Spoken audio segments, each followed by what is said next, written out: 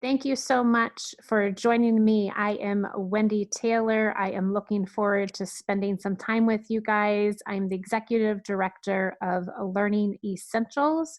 We are an academic based company providing special education support for folks that have learning needs and disabilities.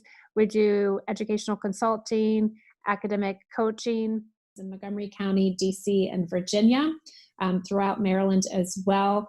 Our tutors all hold advanced degrees in special education, are state certified as educators in Maryland. And so we are kicking off our IEP process, our IEP webinar series today with 12 tips you need to know.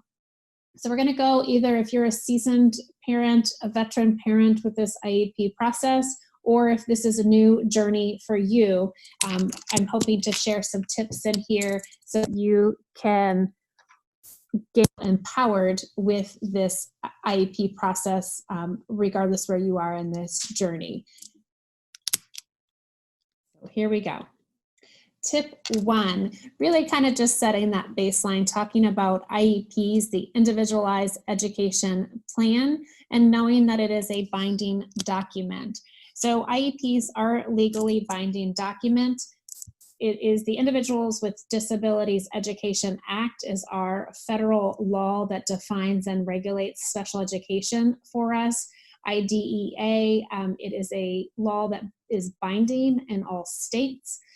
Not all states, pardon me, state law interprets that federal law differently in how they roll it out. However, they can't provide less than what is required. They can only provide more than what is required. So it is a federal law. IDEA is our federal law from public schools that provides special education services for students grades or ages 3 to 21. They, again, each state uses a different criteria to determine the programs and guidelines for qualifying students for special education. Schools must follow what's written in our IEP documents. It's under the federal guidelines for Individuals with Disabilities Education Act. It is a federal mandated procedure and process for students ages 3 to 21. So it's important to keep that in mind, that this is a legal document. The next tip for today, tip number 2, is the writing things down. Write it down. We say that often if conversations are not documented, they didn't happen. It is a nice way in our busy world to really keep track of what was requested, what was written down, what transpired. If you have a concern about your child, send an email. If you are requesting documents, if you're requesting a meeting, send an email so that you can have everything documented that lays out what has been done to support this student, your student. The next tip, who is on our IEP team? I get this question often, who's required to sit on that IEP team, who is not required. IDEA, again, outlines the folks that are required to be a part of the IEP process. You, by far and foremost, are the absolutely most important part of that team. That's why you are in red on my screen, so that you are a prime member of that IEP team. We also have a local education agency, an LEA. That could be your administration. It could be an assistant principal, a principal. It could be a special education designee, somebody that's designated to act in that LEA role for that team. It is somebody that, it could be a special education supervisor. So it is somebody that has great knowledge about the general education curriculum, and it's also somebody that has knowledge about the availability of resources in that LEA area. So for example, in our county, somebody that has knowledge about the resources that are available for special education students, the process on how to access those resources. So somebody that can hold that knowledge and explain that to the team and to the parent. A related service provider can participate. That is somebody that is providing occupational therapy, speech language therapy, physical therapy on the team. It would also be your general education teacher. The law requires nothing less than one general education teacher. You need somebody that can speak on the behalf of the child as the child interacts and engages with same age peers, and how that child is able to access the general education curriculum.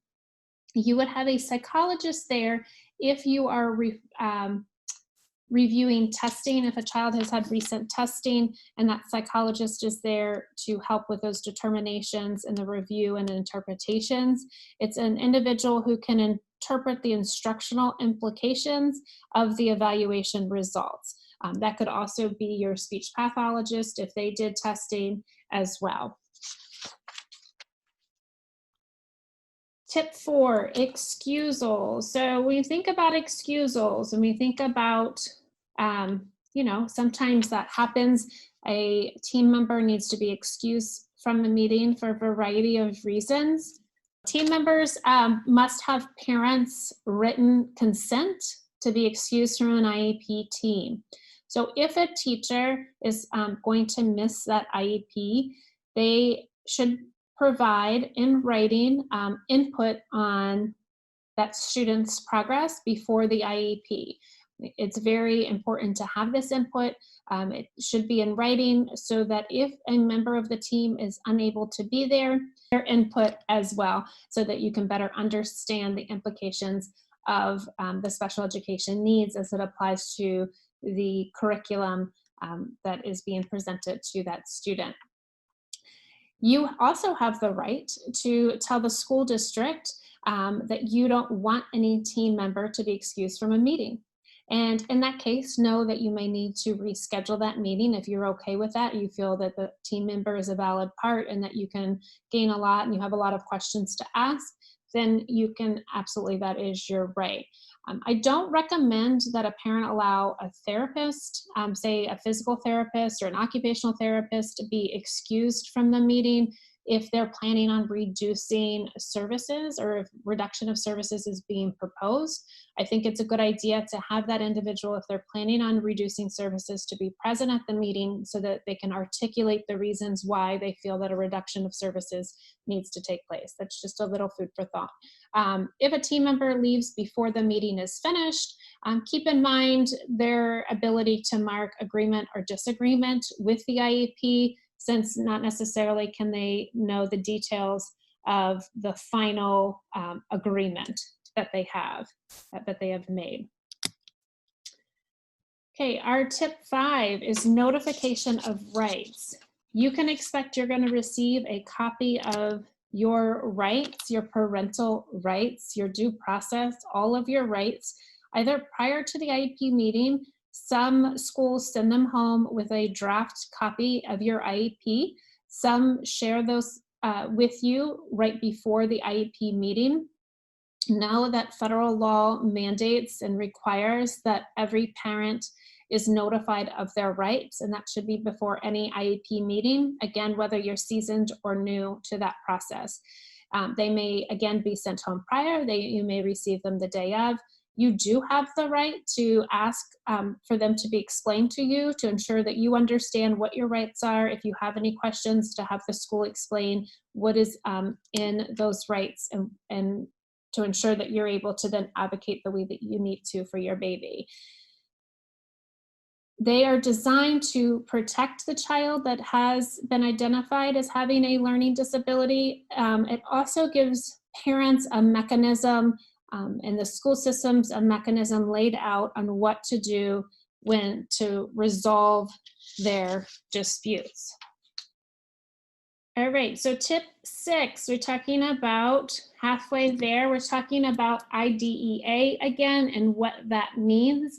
After I talk about IDEA, we're going to get into what is in that IEP and some tips for that IEP, so that you're understanding that process, whether it's the goals, the accommodations, the present level. So we're going to go through these 6 areas outlined in the Individuals with Disabilities Education Act. Know that The first one, free and appropriate public education, provides special education to meet the unique needs. It's specially designed instruction for a child. For example, if a child has a reading concern, they may have access and be taught with a multisensory reading program. I'm going to talk about what free and appropriate education is, and I'm also going to talk about what it's not. I think it's important for expectations for families to understand what it is not. So it provides free and appropriate education, also provides a related service to help your child benefit from special education, like counseling and even transportation. If you have a younger kid needing transportation to a different school, or all kids, not necessarily younger, so that's available as well. Services are provided at no charge for our families. It provides access and help your child learn and participate in that general education curriculum and setting in the least restrictive environment, meaning how often can a child engage with their same age peers so that they get the most to be able to grow an opportunity. So what it does not require a school to do, and I think that, again, it's equally important for these expectations, so that you know, it does not require a school to provide the best service possible for your child, it does not require the school to maximize your child's potential. It must provide services, in quotes, that are reasonably calculated to help your child make progress. So that's really important to keep in mind. It also does not require a school to provide a specific program or class setting that you want for your child. You are part of the team that creates that IEP and you can give your input. However, FAPE, free and appropriate education, doesn't guarantee your child a specific educational program. For example, back to that reading intervention that I mentioned, it does not require Orton Gillingham as a multisensory reading, but it does require a reading intervention, so not the specific. The next is appropriate evaluation, and that's pretty straightforward. It's the purpose of conducting an evaluation to determine if a student has a learning disability that's categorized under or defined under IDEA.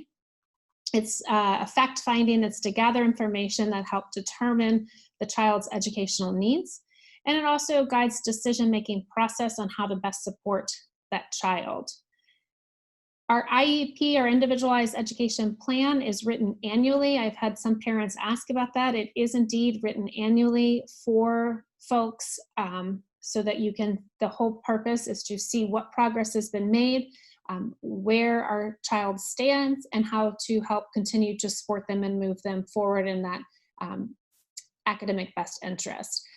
The least restrictive environment means that that child should spend as much time as they can with their peers, same age peers who do not receive special education. Parent participation, all the time, always, we want our parents involved in this process. Know that an IEP can take place without an actual IEP meeting.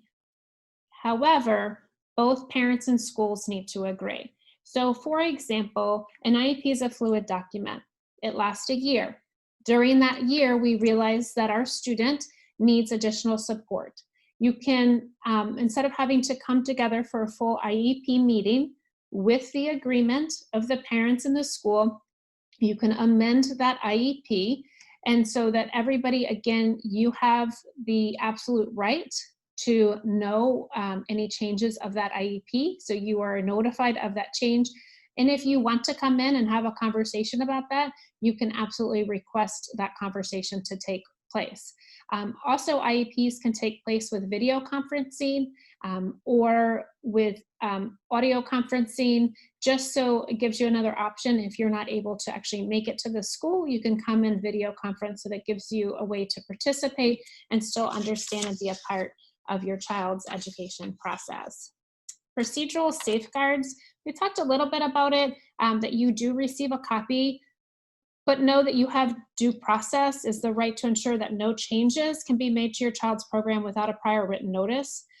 You have the right to participate in all decision-making for your child in that IEP. You have the right, again, for written notice of any changes that take place. You have the right to consent.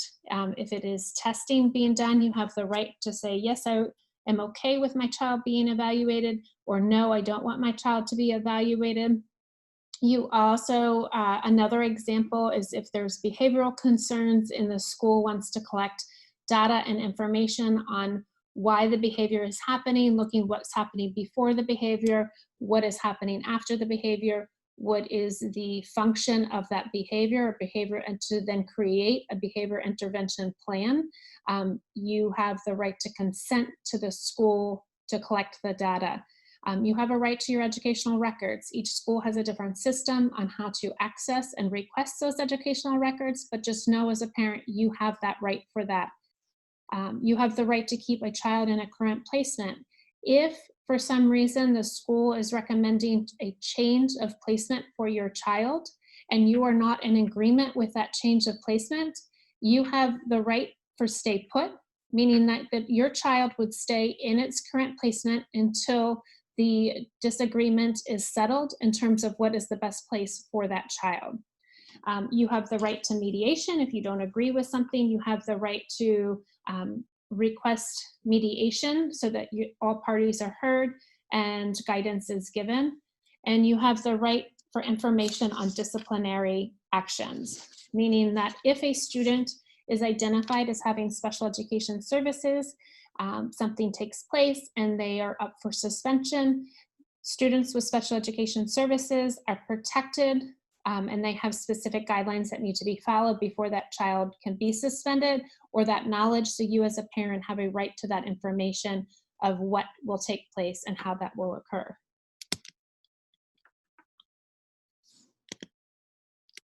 All right, let's go to the next slide here.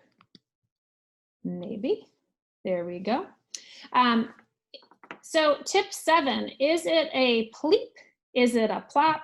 And doesn't that sound so funny in terms of all the acronyms we have in special education?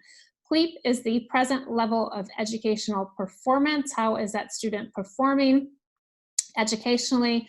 A plop is our present level of performance. So it's educational performance or present level of educational performance. So when you think about an IEP, you have an impact statement at the beginning. What is the impact of the disability on the student within the school setting, globally, academically, socially, emotionally, behaviorally?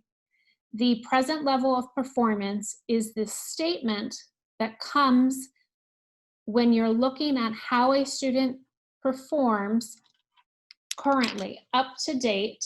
If it's a yearly annual IEP, it is looking at how is that student doing in their classroom, what supports need to take place, and interventions that may need.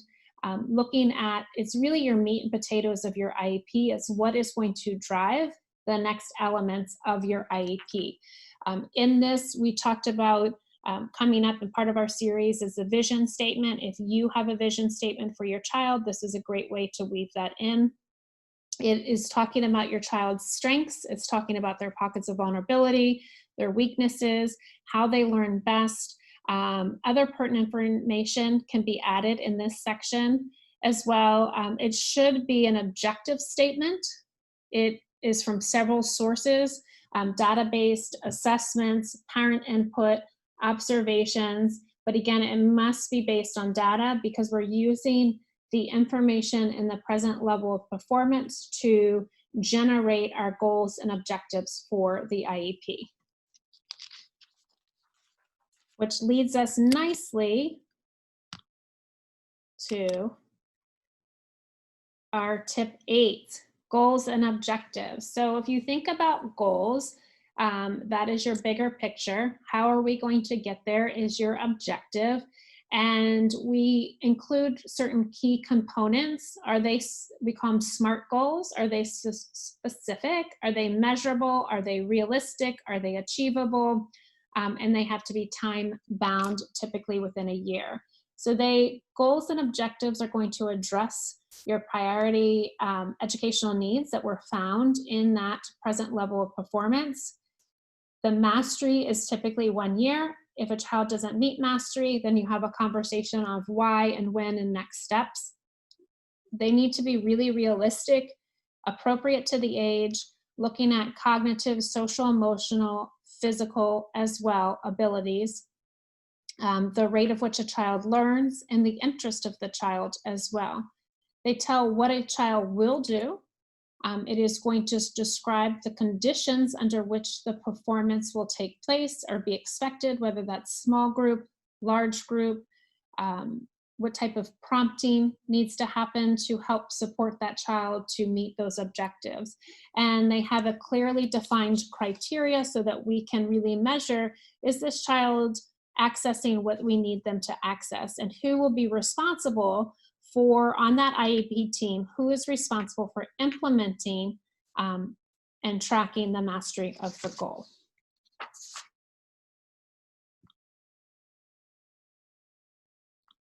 Tip 9 is modifications versus accommodations.